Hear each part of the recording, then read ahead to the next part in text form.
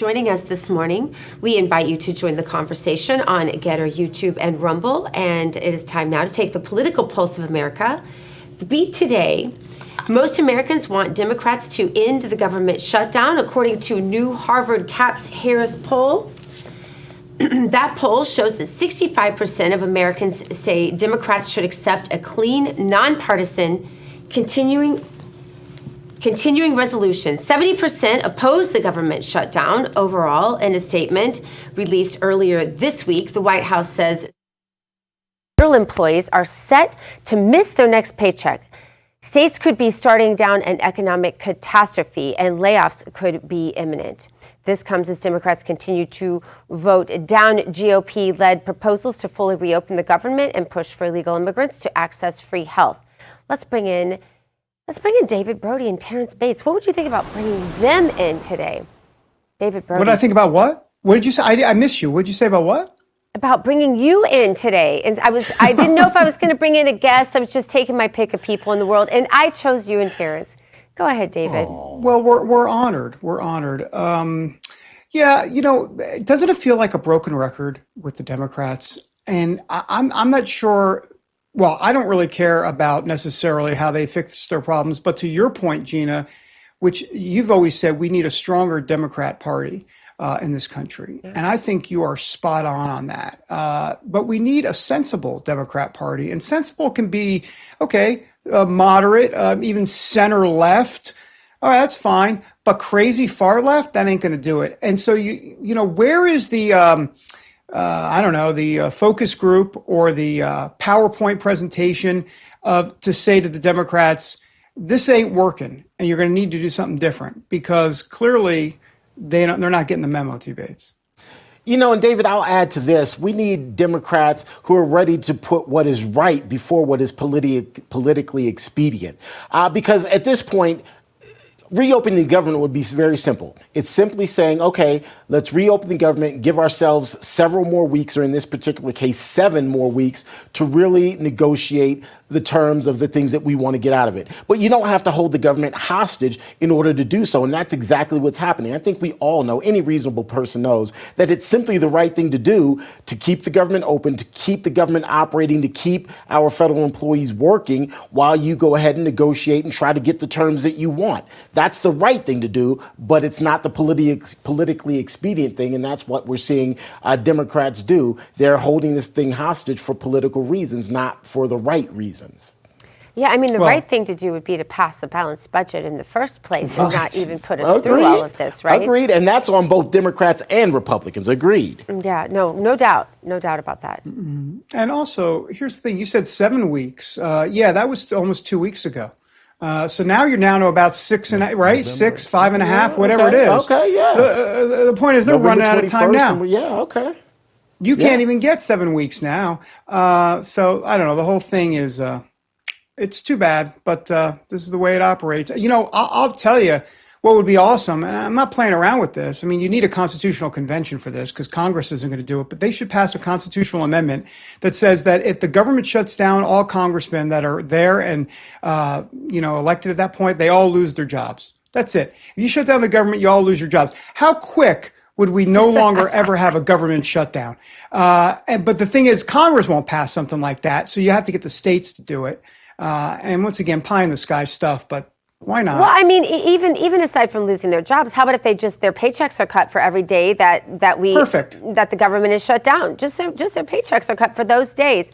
I think that might have some effect, maybe not with all of them, but with some of them. It's like Pam Bondi said yesterday. I thought it was a great quote. She was referring to a specific state, but I wish you love your state as much as you hate Donald Trump. That's the message to the Democrats, Terrence, and exactly the terms you're talking about. Like, they just have to care more about their country than they do about hurting their enemies. And they don't. Yeah. They don't. Yeah, it's all about politics. And again, to me, it's not tough to do the right thing. You can still have whatever your goal is in mind, but the right thing is to reopen the government and then negotiate. It seems to me like it's such an easy thing. But again, unfortunately, politics is taking over, not a thirst for doing the right thing. Well, let's continue the Democrats' ineptitude storyline, because the White House is fighting lawlessness both on our borders and within our own cities, and they're also fighting judges who are thwarting their efforts. This week, we've seen unrest escalate in Portland, Oregon, where the president is attempting to deploy National Guard troops to quell the chaos. Democrats don't like that. And south of the border, cartels are issuing threats to American citizens.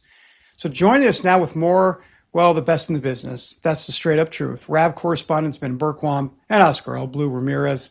Guys, good morning to both of you.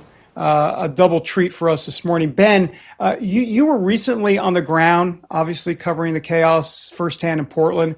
Well, what's the latest there? What was your experience like? Basically, what does our audience need to know after you saw what you saw in Portland? Good morning. Good morning. Well, the Democrats, basically Antifa runs Portland. The police appear to take their marching orders from Antifa. Antifa is a terrorist organization, but it's not just Antifa. Antifa is the violent arm. It's the security for the Democratic Socialists of America. So anyone who claims to be Democratic Socialist should be lumped into that terrorist designation. That's the big takeaway from Portland and Chicago and Minneapolis and LA and New York. The Democratic Socialists of America are a terrorist organization that use Antifa as a violent arm to enact an insurrection against our country. That's what we see going on. And it's not the protests I don't want to focus on. It's the fact that these protests, these attacks on ICE and Border Patrol are slowing down ICE from removing the millions of illegal aliens that Joe Biden allowed in. That you see the cartels here made billions of dollars on under Joe Biden's 4-year term. Now they're trying to prevent them from being removed from our country, and it has to stop. I want to go to Oscar really quickly. You recently reported on a cartel banner that was placed in Baja California Sur, basically threatening all U.S. citizens living in the surrounding area. That banner also singled out FBI Director Kash Patel and the president of Mexico. It seems to me, Oscar, that the cartels are really feeling emboldened right now. What's going on? Yeah, it's they're running desperate, and not only was Kash Patel, it was Ronald Johnson, that is an American ambassador in Mexico, and also Terry Cole, a DEA agent. Those were the three initiative individuals that they put on this cartel banner, and also threatening U.S. citizens because basically the Trump administration has done something that nobody in history it is doing. It is slowing down the guns from coming in from the United States to Mexico, and also it is pushing the Mexican government to dismantle laboratories. Just a couple of days ago, and this is the reason why they put up this banner, the Department of Treasury put 12 companies that they were distributing in Mexico precursors and illegal substances to make and construct fentanyl. This was the number one reason why on the next day, the cartel put out this banner, put in the name of Kash Patel, Ronald Johnson, and Terry Cole, and also threatening U.S. citizens, the part of El Cabo, that if they don't stop dismantling their laboratories and if they don't continue the flow of guns from El Paso to Ciudad Juarez, they're going to start threatening U.S. citizens in the part of El Cabo San Lucas and San Jose del Cabo. No doubt. Hey, Oscar, let me show you some of the latest data. You've seen it, obviously, but let's tell our audience all about it. This shows illegal crossings along the U.S.-Mexico border under the Trump administration. They've now plummeted to the lowest level since the early 1970s, actually 1970. And as for the interior of the country, DHS data now showing that ICE is on track to deport 600,000 illegal immigrants this year. More than 2 million illegal immigrants have voluntarily left the country since January. I'm curious to get your thoughts about that and how much Mexico is helping or hurting or working with the Trump administration here.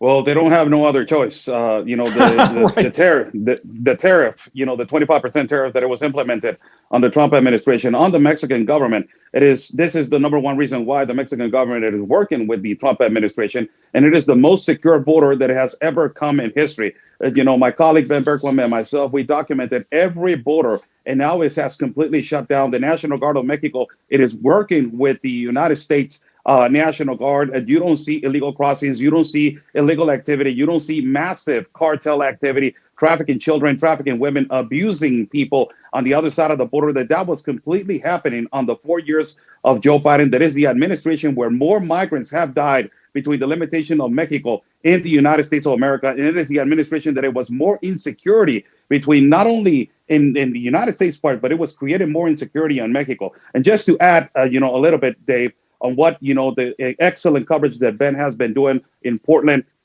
Antifa, it is the most preoccupying thing about this is that Antifa, it is copy pasting what the cartel it is doing in Mexico.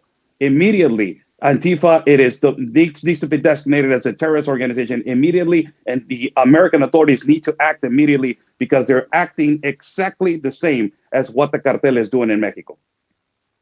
Ben, you've obviously been doing lots of work over in Portland, but you recently were also in Spokane talking to the Border Patrol chief there about the protests and attacks on ICE that we've been seeing recently. Here's some of what he had to say. A large protest where agents were assaulted and they were impeding our operations, and multiple arrests were made following that protest. The work that we're doing is critically important to the national security of the United States. And the focus of these operations in these cities is to root out those criminals that are living and working in those communities that should not be here. And that is very important, I think, to the American people to understand that is the focus. Ben, needless to say, the work that Border Patrol is doing is already difficult, but it's made that much more difficult by all of these protesters and all of these other groups outside who are trying to throw up roadblocks for them. Yeah, no, and this is the key part to this.